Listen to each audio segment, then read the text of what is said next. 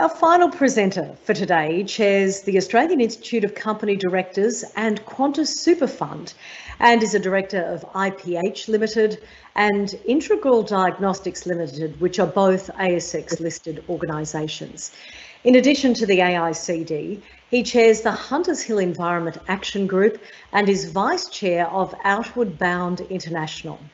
Prior to establishing his board career, he was CEO of the Trust Company and one of Australia's leading mergers and acquisitions and equity capital markets lawyers, later becoming national managing partner of Blake Dawson, now Ashurst. Please welcome John Atkin. Thanks very much, Tracy. You can hear me okay? Yes, we can. Fantastic. It's great to be here with you this afternoon, and I really appreciate the opportunity of speaking with you all. I'm speaking to you today from Wallumattagal land. For those of you who know Sydney, I live on the Hunters Hill Peninsula, between the Lane Cove and Parramatta rivers, and Walla is the Indigenous name for the black snapper. So I come to you from the land of the black snapper, Wallumattagal land. And I would like to start by acknowledging the traditional owners of the many lands across Australia where we meet today and pay my respects to their elders past, present and emerging. I'd also like to acknowledge the importance of the subject we're discussing and applaud Comcare and the federal government on convening this group and wish you the best both for the sessions you've had today and then the work you'll be doing together tomorrow.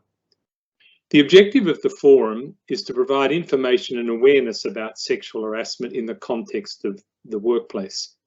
But as Michelle was just saying, the issues of sexual harassment and discrimination need to be seen, in my view, in a much broader context of social change. And while we're focused on sexual harassment, we need to see the behaviours concerned on a spectrum from discrimination on the one side to violence on the other.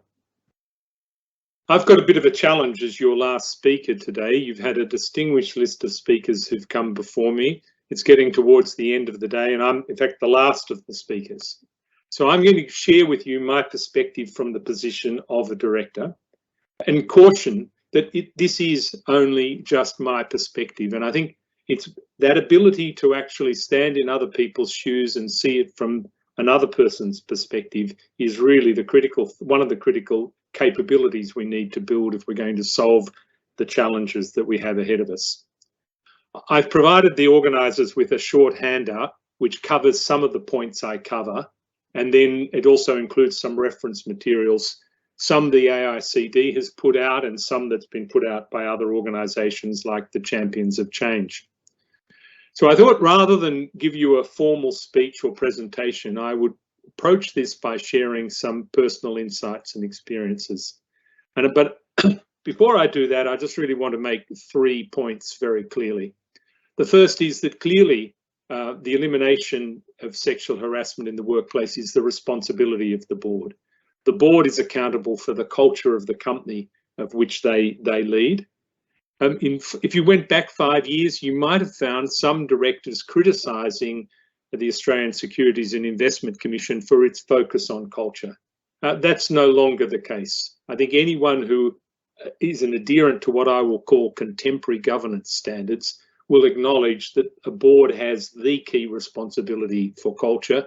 And that certainly was endorsed and came through very strongly in the Hayne Royal Commission, which whilst it touched on misconduct in financial services, we're really talking about other aberrant behaviours. And clearly that the Hayne was very clear on the board's responsibility. The second thing, the second point I would like to make and you'd all take away is that for things to change, there must be leadership from the top. And the top is the board and the chief executive, and it starts there. And it will not really be effective unless it starts there.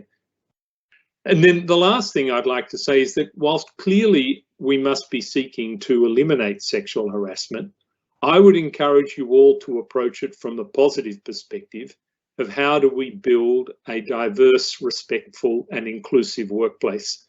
Because if we set that as our objective, then the behaviours that we will encourage, the behaviours we won't tolerate, will lead us to an environment where sexual harassment has no place. So those 3 points, clearly a responsibility of the board, clearly there must be leadership from the top, and ultimately approach this from the positive is the key way of getting there.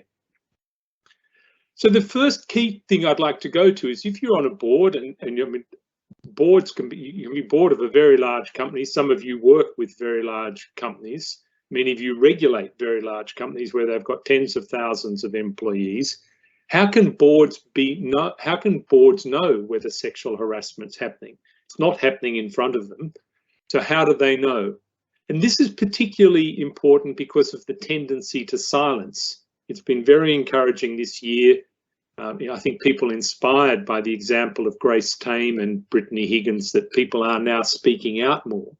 But there is an overwhelming tendency to silence on these issues. It's not easy as a victim to raise. There's an element of embarrassment. There are a lot of, in between the board and the front line of the workplace, there will be layers of management where the attitudes may not be as well attuned, and there may be quite a lot of unconscious bias. So nothing may ever get up to the board. Is it appropriate for the board to say, well, no one told us, we can't be held responsible? Well, first I'd say, no, that's not a sufficient response or defence from the board's point of view. They need to start looking at the risk factors. And for those of you that both, whether you're a regulator or helping companies deal with these issues, I would encourage you to start with a good look at the risk factors. I'll go through some of them, but you should turn your mind to what other risk factors from your experience would you look to. The first one I'll call out is the traditional workplace culture. Why do I say traditional workplace culture? Well, people on average work for 30 to 40 years, and a lot of the attitudes they'll have picked up will be the attitudes that were prevalent when they first came into the workforce. A lot of the leaders in the workforce today would have started in the late 70s, early 80s.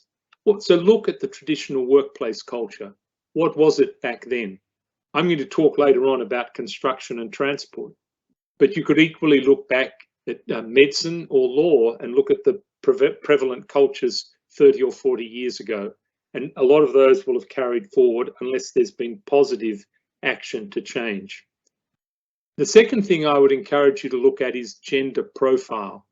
What do I mean by gender profile? I don't just mean gross ratio of male to female in the workforce, but look at the gender profile across different levels of seniority.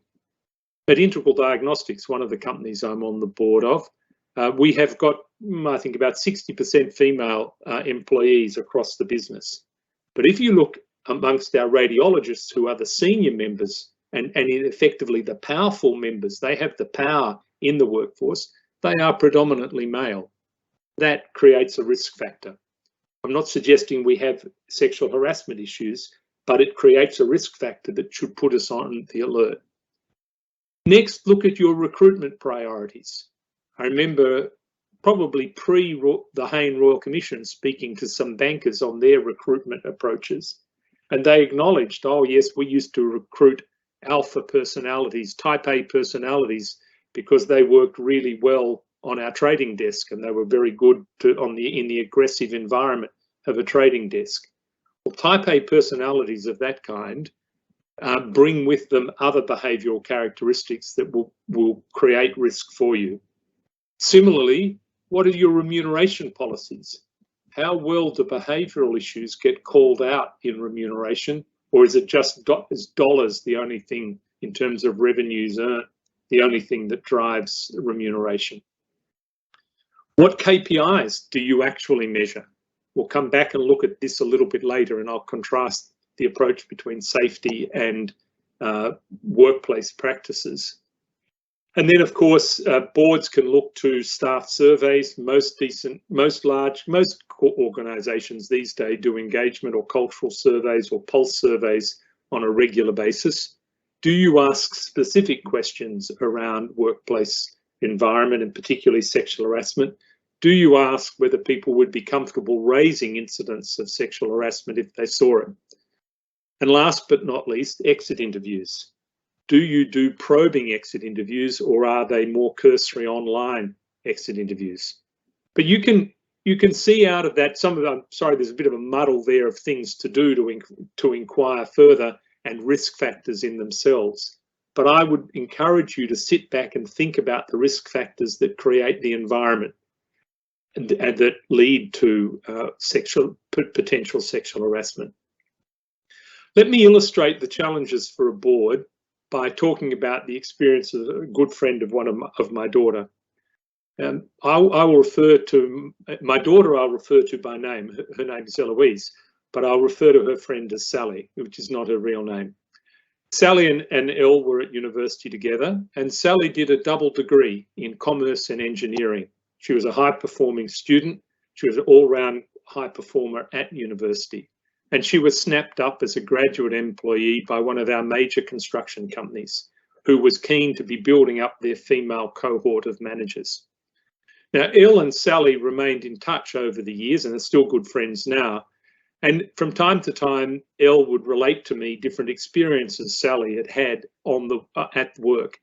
And so I thought when I was preparing for this paper, it would be a good idea for me to touch base with her and get her first-hand experiences. So first of all, I did my research on the company itself, and you can go online. I won't tell you who the company is. I don't think that's fair, but you can go online. You can find its policies. It's got excellent policies around workplace practices, diversity and inclusion. I checked out, actually, I Googled the company's name and sexual harassment and found its WGEA report. And yes, it had ticked the box. They've got formal policies outlawing sexual harassment. They've got grievance procedures. That box was ticked. They do training on induction and every 2 years. So at one level, it looked very compliant. So I spoke to Sally and said, well, Elle had told me a few stories. What was the environment at work? And, and I knew a couple of the incidents. And Sally had worked, on major projects. You can walk around the city and see different building sites that she was working on. So she was a highly valued employee of this company working on big projects. And she told me 2 stories, which were the ones that she'd related to Elle. One was when there was a workplace trip organised, and the workforce or the team were going off to the Gold Coast to watch the Rugby Sevens tournament that was on there at the time. Sally wasn't invited because they didn't think a girl would be interested in rugby. But as it happened, Sally comes from a rugby mad family, and her brother actually played elite level rugby, and she would have been very happy to go on the trip. So she was just gently excluded from that. Similarly, they would often go for work drinks, and they wouldn't invite Sally because they'd want to go on to strip clubs afterwards. And this was the environment she was experiencing in the workplace. And there were other low-level comments. There was no overt harassment of the kind, groping or any physical interference or inappropriate suggestions or requests of that nature, but there was clearly discrimination in that environment, and the 2 incidents I have recounted would in my mind, amount to discrimination.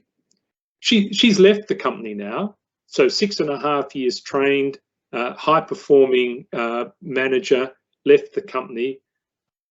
Think of the cost of that from the company's point of view. And she spoke a little bit with a mix of resignation and almost bemusement, but you could sort of feel her hurt in some ways. And if you think about it from the company's point of view, they knew they had an issue around gender equality in the workforce. In fact, they'd developed their whole graduate program around recruiting more females. In some years, 100% of their graduate intake were females, so they could start to get their numbers up. But they'd completely underestimated the depth of the challenge they faced in making the change. And there was no sign of leadership. And when I probed her, no sign of leadership on these issues. There were no female role models for her. There was no one provided, there was no sort of support for her, no one checking in, what's it like, how's it going? The male environment or masculine environment in the work site, in the construction site, was very strong.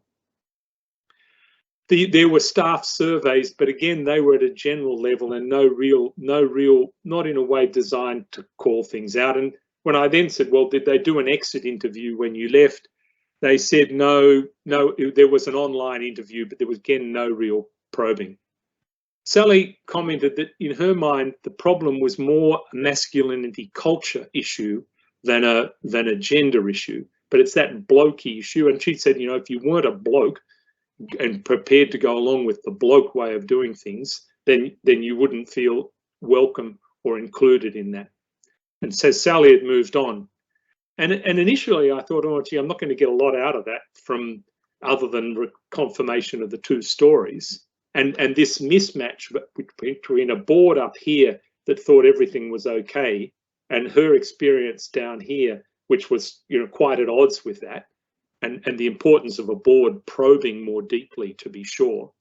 And I remembered I'd forgotten to ask her one question, because, you know, you'll have all spent, or many of you will have spent, a lot of time on safety, zero harm, and the development of safe work practices in all sorts of different working environments.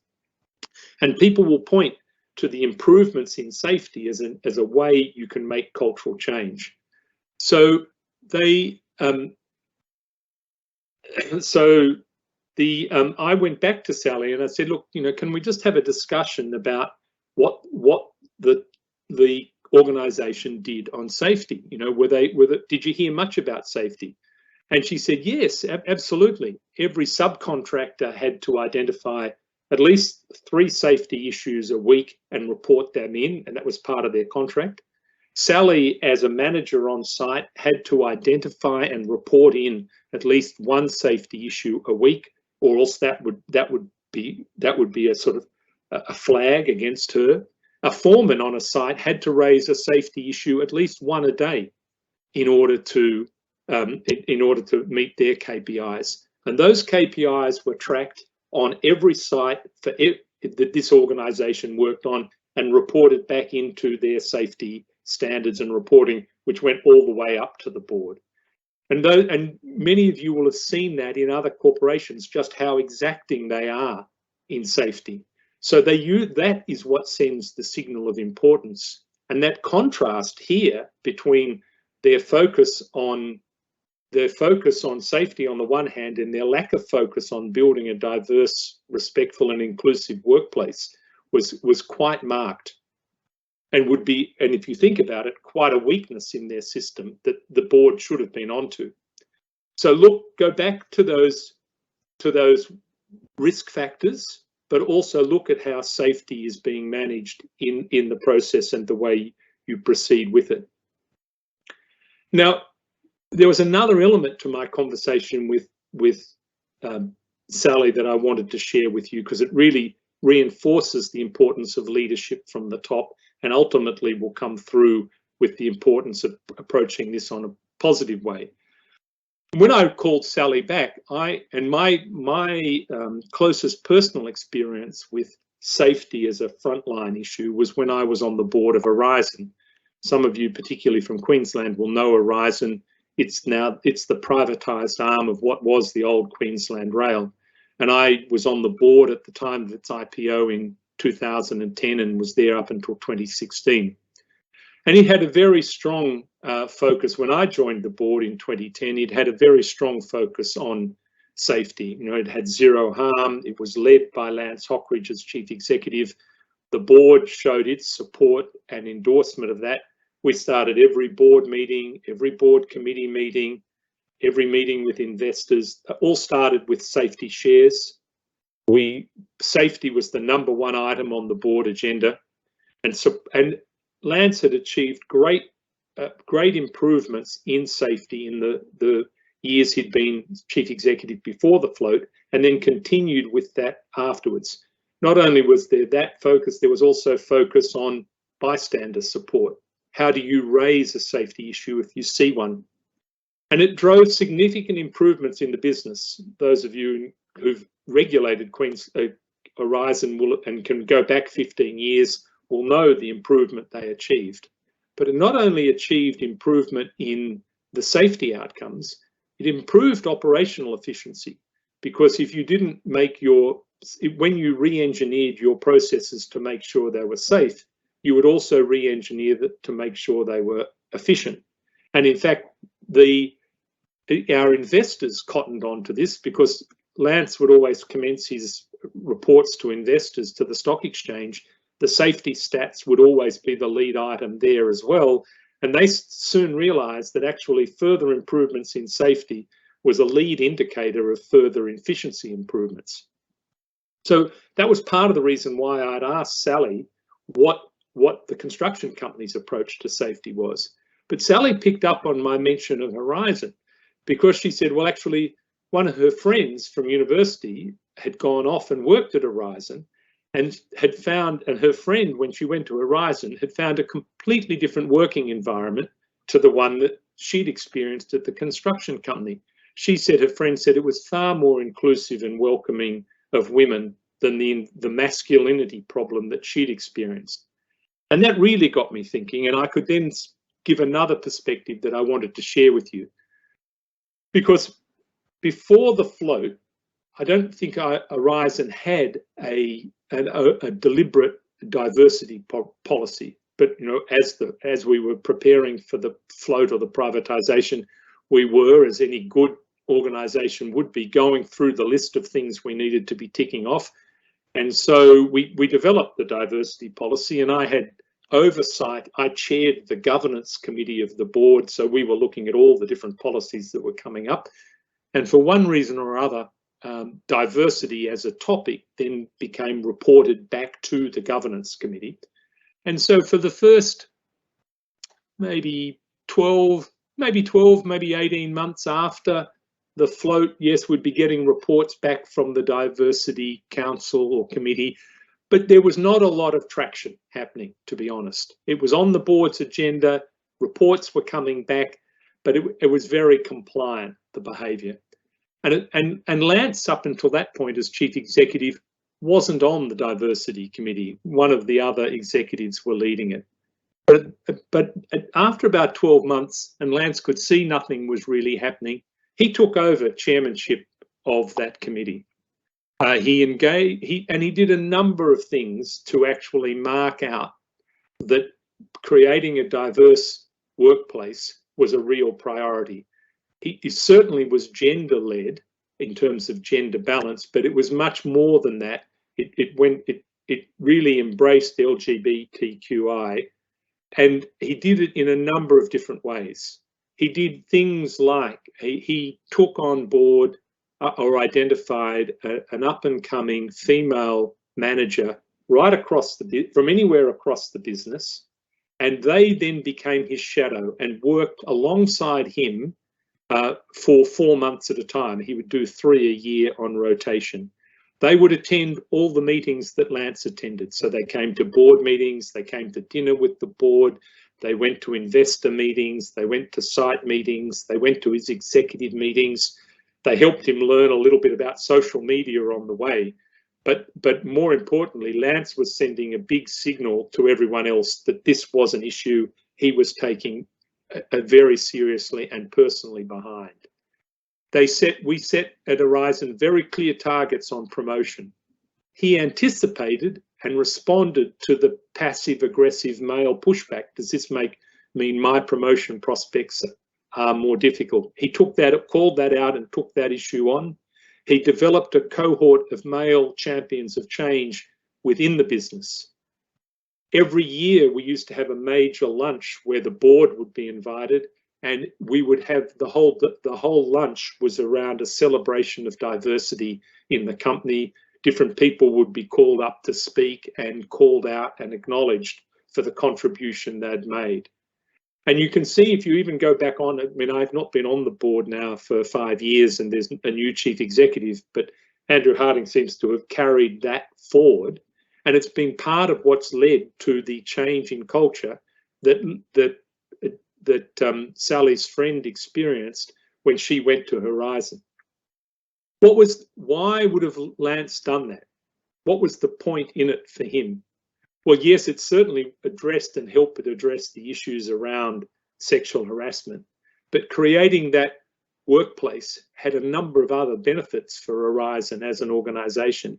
Much stronger employee engagement, much better individual and team performance because you're getting everyone contributing in a way they respect each other.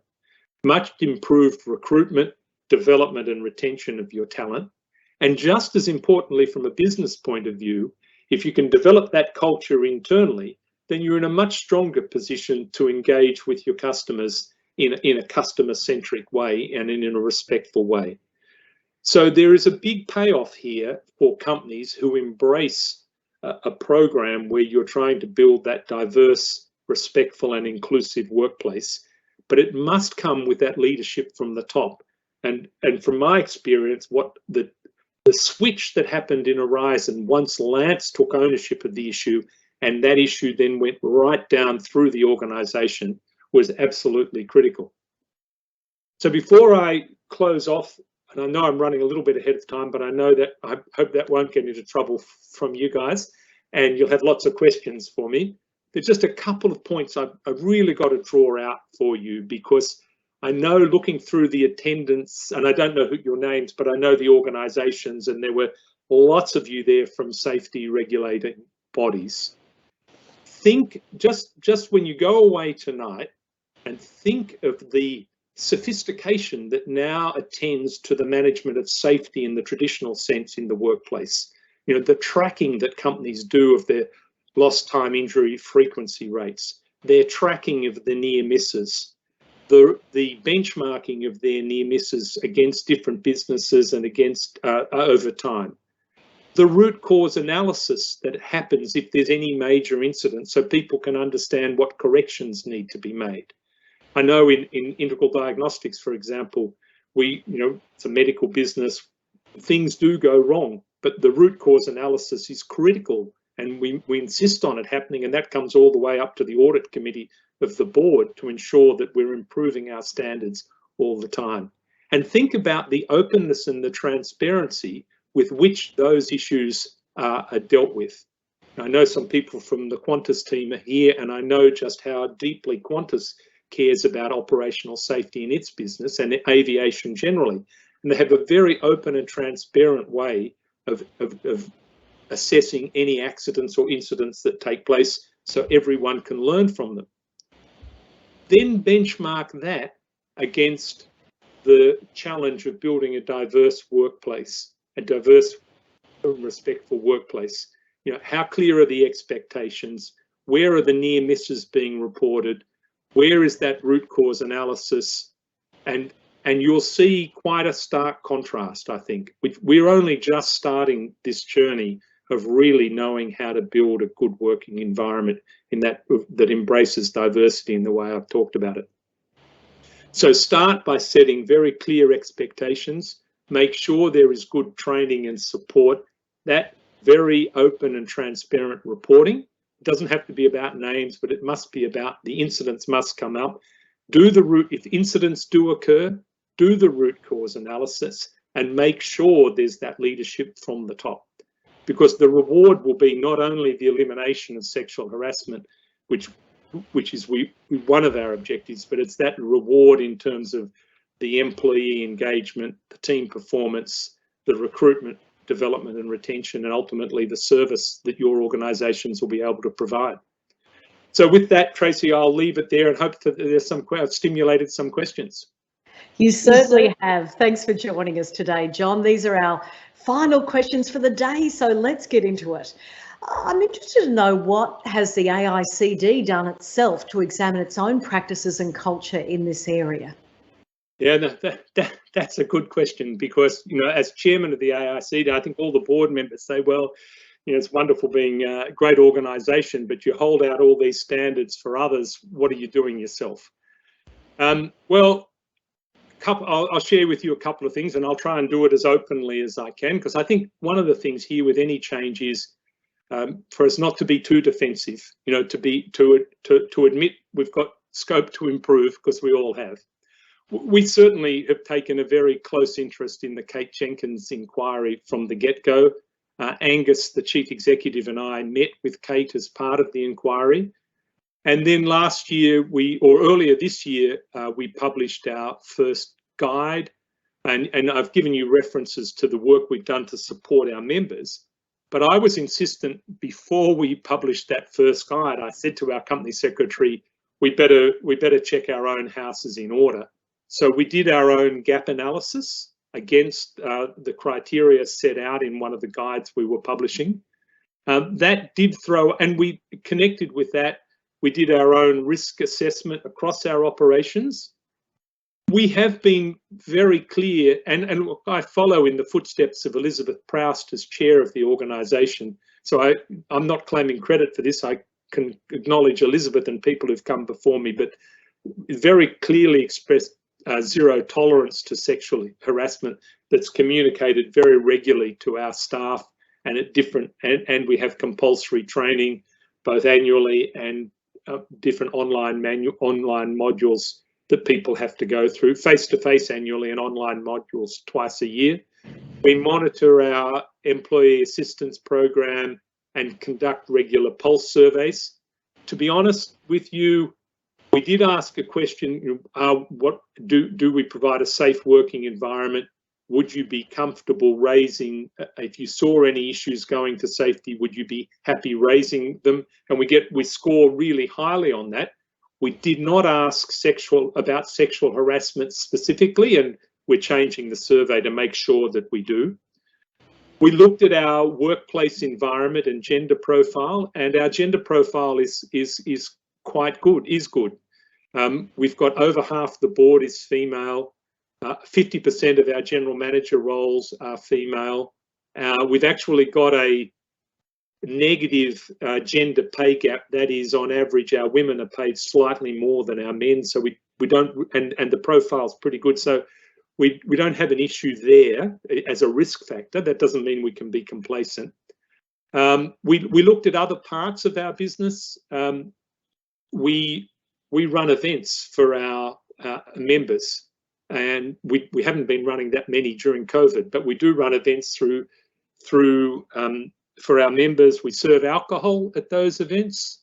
That creates a risk factor. We looked at our policies to make sure they were appropriate, and actually we strengthened our events policy.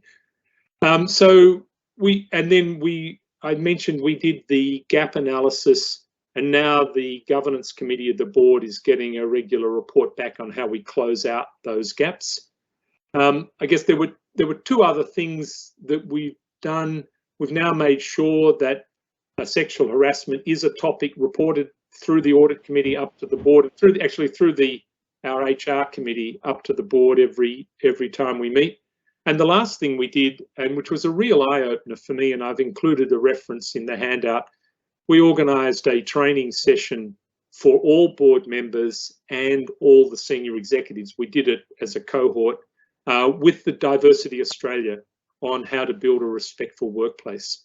And it was that training program which really focused on building that inclusive, diverse and respectful workplace, which was as big an eye-opener for me as any in terms of where you really need to go, and connects back to the Lance Hockridge example at Horizon. So I'm not saying we're perfect by any stretch of imagination, but we're very engaged with it.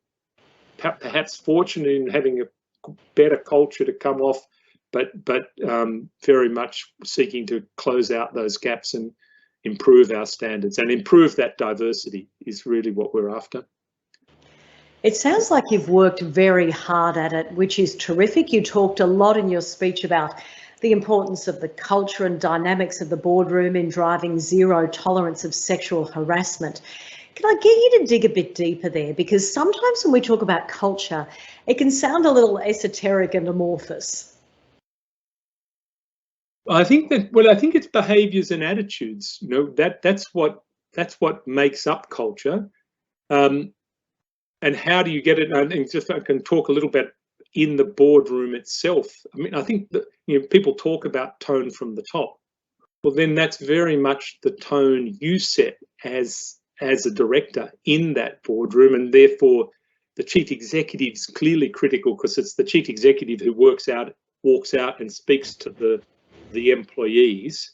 I guess, to be fair, the chair is very important in setting the culture inside the boardroom. I'm not the only, I'm one of a number, but the chair, clearly the role you play as chair is very important in setting the culture.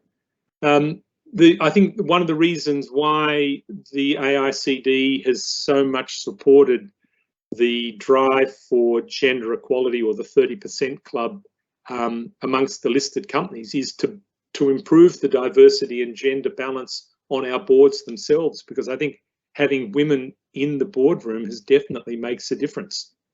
There are lots of men who haven't historically, if you go back 30 years when they started work, that wasn't the environment they went into. So actually bringing women in, I heard what Michelle had to say about equality. I think that's a big element of it. Treating people with respect and treating women as equals is a really critical part of it. Absolutely. Do you think we're at that stage yet where most businesses and leaders accept that sexual harassment is a WHS risk that they must consider along with other more common safety risks? Is it right up there? Yeah, yes, I think it is. I think it is, but I don't know that we've really had a conversation around how to make that change. Even the thinking I've done preparing for this speech has sort of made some of my understanding much more explicit. I might have had it implicitly, but I hadn't made the connection as strongly between the contrast between traditional safety management practices and what I'll call the sort of diversity and inclusion practices I think we need to have. And I think we're probably looking at sexual harassment, in the way that railroads of the 18th century or the 19th century might have looked at derailments or collisions. When it gets to overt sexual harassment, that's a major incident. That we shouldn't be getting anywhere near that. That's like a fatality in traditional safety terms. And so we've got a lot of way to go, I think, to change it. And I often think about the change in generational attitudes between when I started work, between my father started work, I started work, and now my son's working. There's that big social change that's happening as well. And I don't think we have made that as open as and explicit in our conversation as we need to. Yes, every generation makes it better for the following generation, don't they? Chair of the AICD, John Atkin, thanks so much for taking the time to share your wisdom today. Thanks, Tracy. Thanks, everyone, for listening.